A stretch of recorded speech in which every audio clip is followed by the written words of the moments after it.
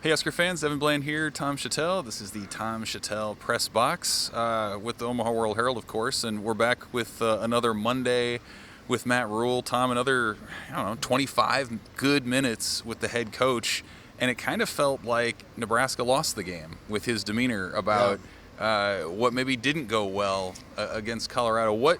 I guess, generally speaking, what were some of your takeaways about the criticisms that he had for Nebraska? Yeah, he's not letting them, rest on a big win. They're getting back after it. He's right. To get to championship level football, you got to be there every week. And these guys, I don't think they really knew how to handle a lead. Haven't been there, haven't done it. So they have to learn how to be there every week. And so again, this is year 2. I said 6-6, 7-5. That to me is the expectation. Now that might change as the year goes, but again, they're learning how to do all this. So I would say his press conferences, Evan, are fascinating. They're little looks. If he's building a house, we're getting an update from the builder like every week. So I love that. Yeah, he said there's losing football, then there's winning football, then there's championship football. He thinks Nebraska's right in that winning side of things. What did you make of his comments? He said special teams in general was among the worst performances he'd seen in that unit in a long time. And people are going to think about the missed field goal from 32 yards, but it was a lot of other stuff too. What did you make of those comments? I love the way he breaks it down because he tells you some things, why they happen. Although he did have to mention they did block a field goal, and they did a great game out of the punter. If they hadn't had that, who knows? But, there were just little breakdowns here and there. He mentioned something about the field goal kicking that I thought was interesting, that the snaps, are going back to the holder aren't good.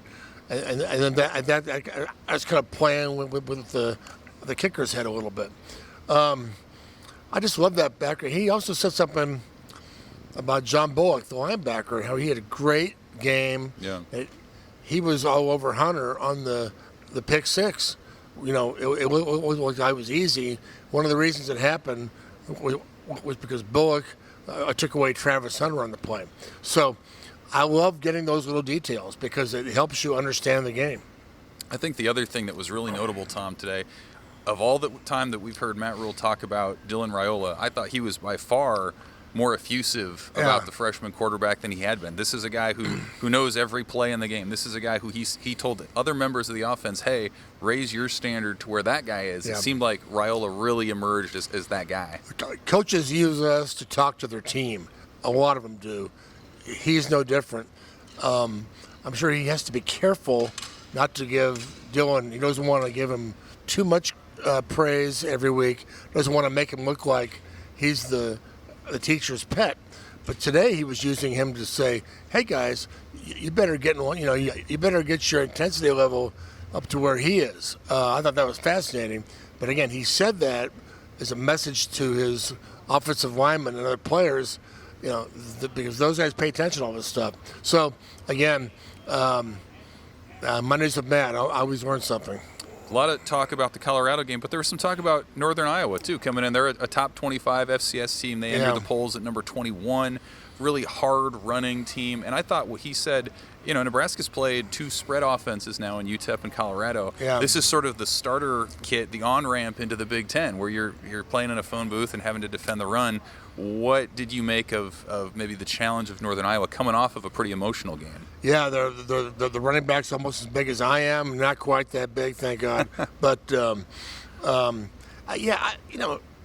is a nice little preview. This whole schedule is kind of perfectly placed, and this is placed right before Illinois, and they get into the Rutgers and the Purdue's, where you're right, the body types, the style of play are that way. One thing I really was watching last Saturday night was that Nebraska's got some speed, and a lot of their routes are out to the side, and or maybe across the middle. And Colorado had those blanketed. They were all over though because they had speed. They had as good as speed or better than Nebraska. Well, we're getting into a part of the schedule now where that won't be the case. So I'm curious to see Nebraska's their offense might work better. against teams that aren't as fast. So, just something to watch. A lot of optimism here this week, certainly externally. Internally, I think there's still a lot of fire for this team. They want to improve. This isn't a gimme week for them. The Big Ten looms a week after that. We'll be here throughout it all. Nebraska's season is well underway. I think people are pretty excited. 2-0 for the first time in 8 years. And we'll just see what happens next. Players and coordinators talk tomorrow, and then Northern Iowa, another night game Saturday night. Yep. For Tom, I'm Evan. This is the Tom Shatel Press Box. Thanks for watching. See you next week.